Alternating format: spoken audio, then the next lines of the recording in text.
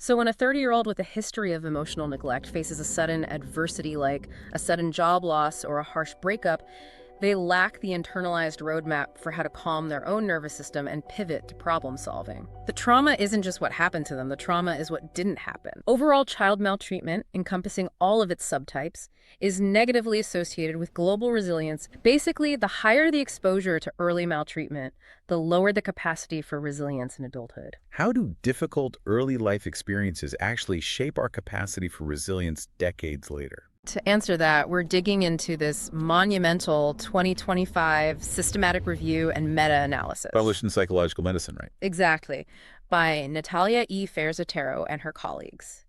And I have to say, the scope of this research is it's difficult to overstate. Walk us through the scale, because it blew my mind. They systematically whittled data down to 203 high-quality, peer-reviewed studies.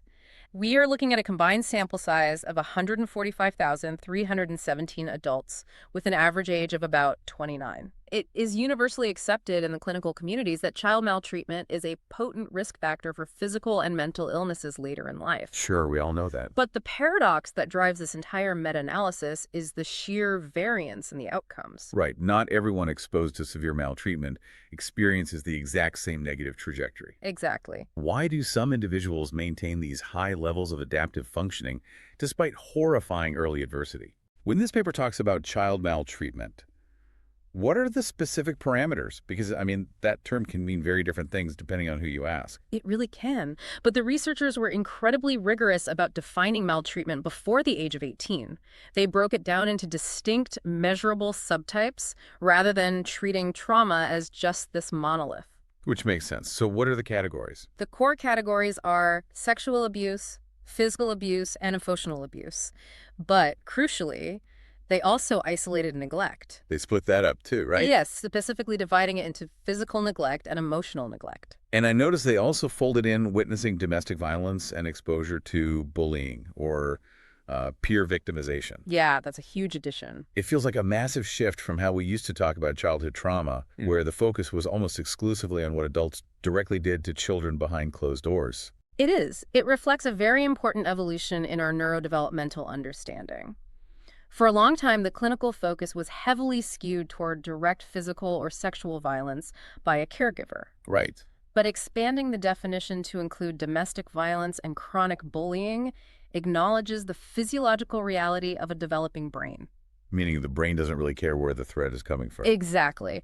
A child's nervous system doesn't necessarily distinguish between being the direct target of violence and living in an environment saturated with the threat of violence. Wow. An environment of chronic fear, whether you are cowering in your living room watching your parents fight or being relentlessly targeted on the playground, it constitutes a severe, prolonged stressor. It's all just danger. Right. It bathes the developing brain in cortisol just the same. Okay, so how does the scientific community actually define resilience? That's the million-dollar question. Because colloquially, if you ask someone on the street, they'll just tell you resilience means being tough, grinning and bearing it. Yes, the toughness myth. The literature has been trying to correct that for years.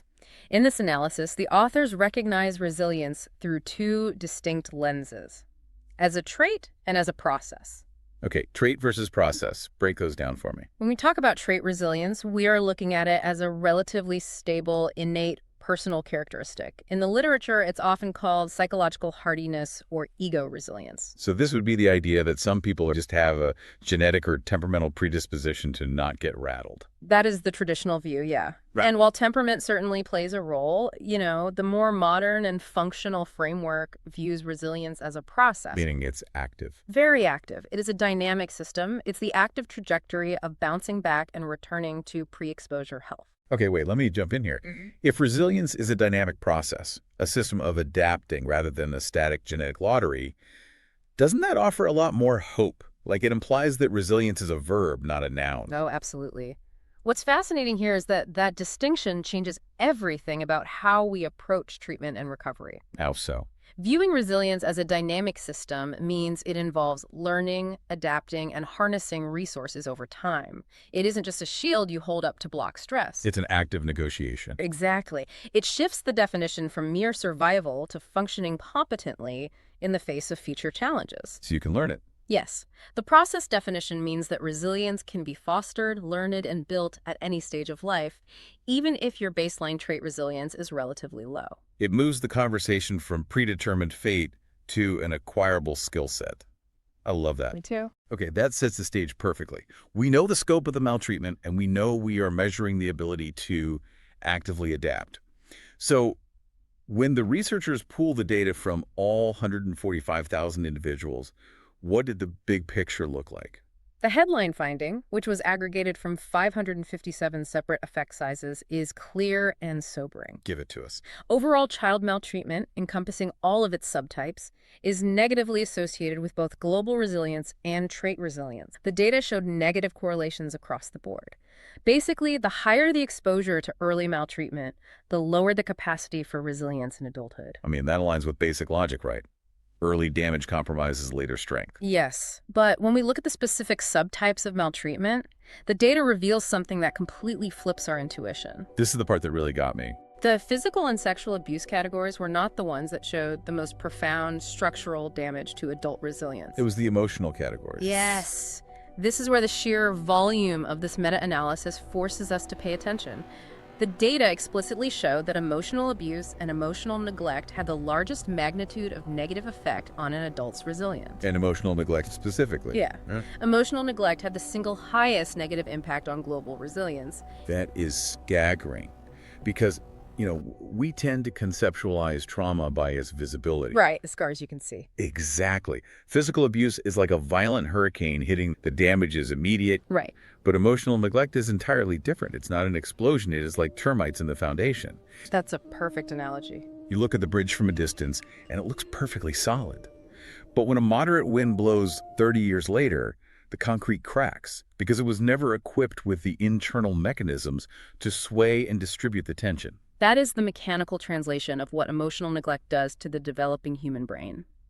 The psychology behind this finding is deeply rooted in how humans actually acquire the capacity to self-soothe. Because we aren't born with it. No, not at all.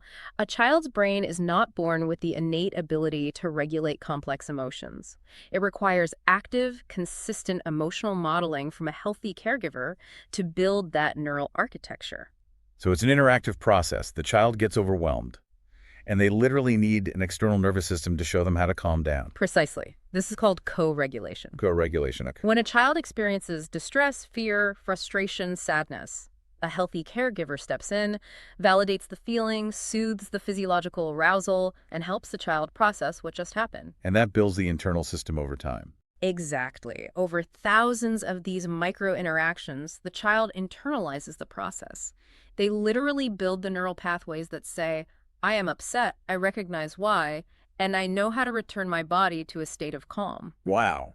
This internalized capability is the foundational core of the process of resilience. Which means if you suffer emotional neglect, you aren't just experiencing the pain of a void, you're being actively deprived of the building materials required to handle stress for the rest of your life. You reach adulthood without the blueprints for emotional regulation. Right. So when a 30-year-old with a history of emotional neglect faces a sudden adversity like a sudden job loss or a harsh breakup, they lack the internalized roadmap for how to calm their own nervous system and pivot to problem solving. Because no one ever walked them through that process when their brain was in its most plastic developmental stage. Right. The trauma isn't just what happened to them. The trauma is what didn't happen. Is the trauma of absence.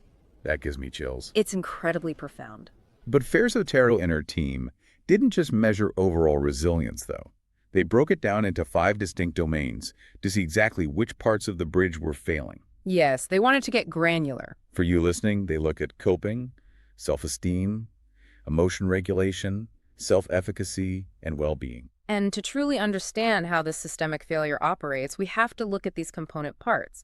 Emotion regulation is perhaps the most direct victim of the neglect we just discussed. How does the literature define that? In psychological literature, emotion regulation is the intricate process by which individuals influence the occurrence, timing, nature, experience, and expression of their emotions. So it's the internal thermostat. You feel the heat rising when someone cuts you off in traffic, and emotion regulation is the mechanism that keeps you from accelerating and ramming their bumper.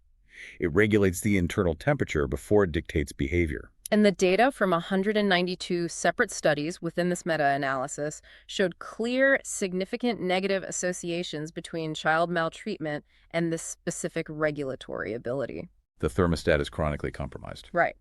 Then you have the action-oriented domains, coping and self-efficacy. Okay, wait. How do those differ from emotion regulation? Because coping and regulating sound very similar on the surface. They do, but there's a distinction. Emotion regulation is often an internal, sometimes automatic physiological and psychological modulation. Okay. Coping, on the other hand, involves conscious, volitional effort to regulate stress when the storm hits.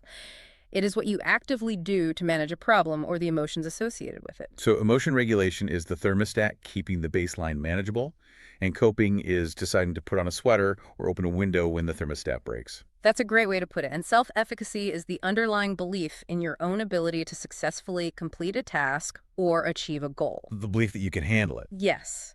If your bridge is swaying dangerously, self-efficacy is the internal conviction that says, I have the skills to stabilize this situation.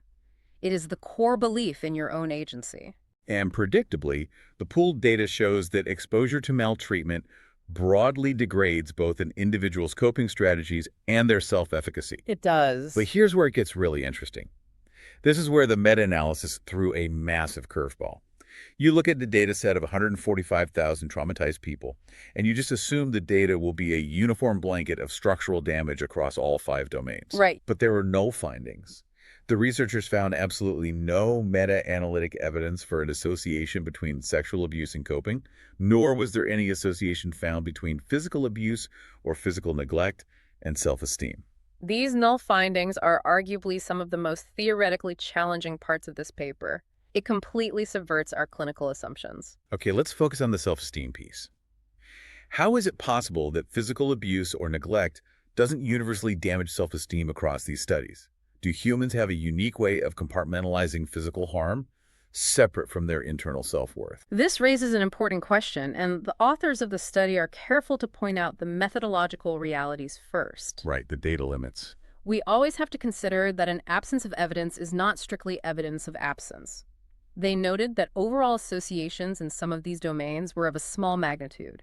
And for highly specific pathways, like isolating the impact of physical neglect on adult males specifically, there simply weren't enough robust studies to draw an unbreakable statistical conclusion. So the gap might partially be in the literature itself. Exactly. The literature might just have some blind spots. But even with that caveat, a null finding across dozens of pooled studies is a massive signal.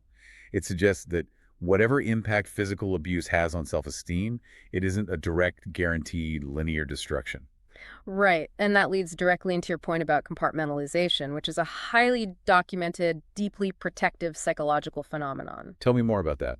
Human adaptability in the face of terror works in incredibly bizarre and sophisticated ways. When a child experiences inescapable physical violence, their psyche often develops a profound defense mechanism to preserve sanity. They split it off. Yes, they may psychologically sever their physical body from their core identity. So they build a psychological bunker. Exactly. The internal narrative becomes, my body is being harmed, my body is subjected to this violence, but my mind, my intellect, my core self is untouched and unreachable. Wow. This severe dissociation and compartmentalization can actually preserve a functional baseline level of self-esteem as a pure survival tactic. Because they learn to view the physical abuse as a reflection of the abuser's chaotic reality, rather than a reflection of their own intrinsic worth. Right. It's a tragic kind of brilliance. The brain builds a firewall to keep the self-esteem intact while the body takes the hit. That is just... Wow. Wow. And what about the lack of association between sexual abuse and coping? Because that also seems counterintuitive. Well, coping mechanisms following severe trauma can become highly specialized and incredibly rigid. What does that look like? An individual might develop hypervigilant, perfectly calibrated coping strategies that allow them to function at a high level on a day-to-day basis. They might overperform at work, obsessively manage their environments, or heavily intellectualize their emotions. Okay, I see where this is going. On standard psychological questionnaires designed to measure coping, these individuals might actually score quite highly because they appear to be managing stress effectively. Ah, so they are technically coping, but the method they are using is exhausting and probably maladaptive in the long run. The questionnaire doesn't capture the sheer caloric burn required to maintain that level of hypervigilance. Precisely. The data measures the presence of coping behaviors, not always the long-term sustainability or health of the specific mechanisms being deployed. Makes total sense. Now, how individuals build these bunkers and deploy these coping mechanisms isn't solely a product of their internal neurobiology. The data overwhelmingly proves that this process is deeply influenced by the cultural and geographic context in which the individual is embedded. Right, because the researchers didn't just dump all 145,000 people into one bucket. They ran meta-regressions and subgroup analyses to see how different environmental variables change the rules of resilience. And the geographical divide they found is fascinating. They split the data into Western countries, so the EU, Scandinavia, the UK, the US, Canada, Australia, New Zealand, and non-Western countries, Asia, Africa, Latin America, Eastern Europe, and the Middle East. The divergence in how trauma manifested between these two broad cultural spheres is really striking. Break it down for us. When the researchers isolated the association between emotional abuse and emotion regulation, they found that the negative impact was significantly stronger in Western countries. But when they looked at the association between emotional abuse and self-esteem, the negative impact was weaker in Western countries compared to non-Western countries. Right. So wait, if you suffer emotional abuse in a Western culture, your ability to regulate your emotions is heavily damaged, but your self-esteem is somehow buffered. Why does the geography dictate which load-bearing wall takes the hit? It comes down to the fundamental, deep-seated cultural frameworks surrounding individualism versus collectivism. Okay. Western cultures, broadly speaking, are highly individualistic.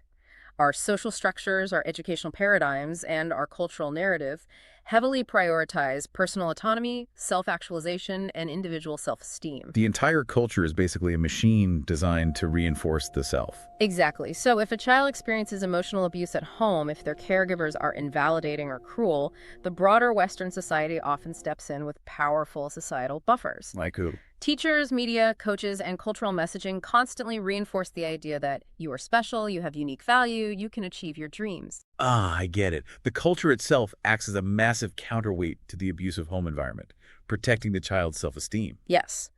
But that same individualism is a double-edged sword when it comes to regulating emotions. How so? Because Western individualism demands high levels of emotional self-sufficiency. You are generally expected to manage your internal state on your own behind closed doors. Right, pull yourself up by your bootstraps. Exactly. So if your abusive or neglectful home life completely failed to teach you emotion regulation, the broader Western society does not naturally provide a collective communal net to help you regulate day-to-day.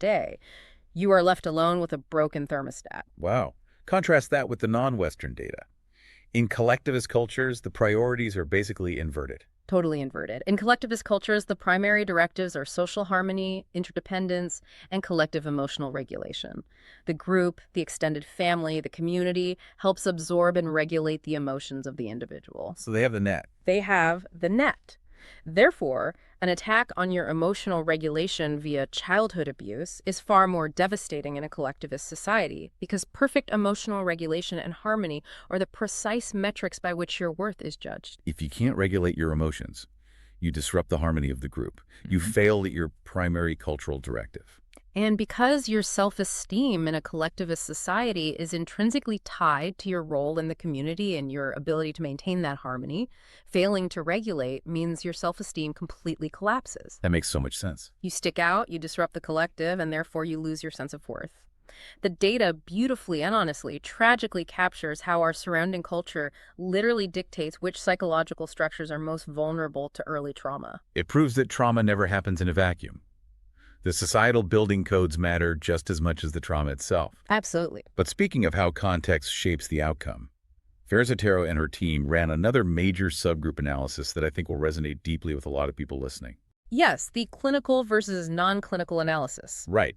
They compared clinical populations against non-clinical populations. They wanted to determine if the negative impact of childhood maltreatment on resilience is only significant in individuals who eventually develop a diagnosed psychiatric disorder like PTSD, major depressive disorder, or generalized anxiety, or if it also impacts the general population. And the finding was that there were no statistically significant differences in the associations between child maltreatment and resilience when comparing clinical samples to community samples. This is a profound takeaway. It really is. It means that if two people suffer the same childhood trauma and one develops clinical depression while the other goes on to have a highly successful, seemingly normal life with no DSM-5 diagnosis, their underlying machinery of resilience is damaged in the exact same way. The structural fingerprint of the trauma is there, regardless of whether the building is condemned or whether it's still functioning as a high-rise office building.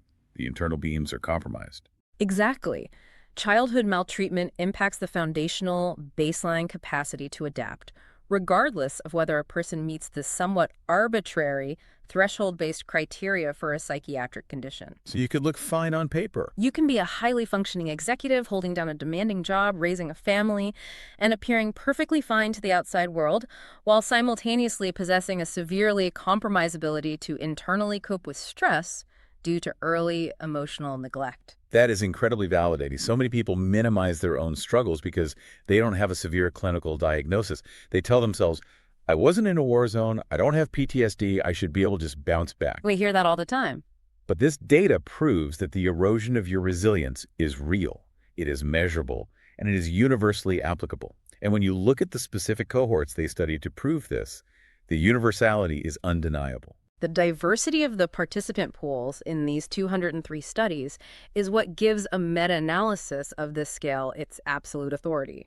From Syrian refugees fleeing war, to expectant parents in Scandinavia, to individuals navigating the world with a stutter, to forensic psychiatric patients, the contexts couldn't be more vastly different. And yet, regardless of whether the individual was sitting in a refugee camp or a Finnish maternity ward, the underlying psychological physics held true.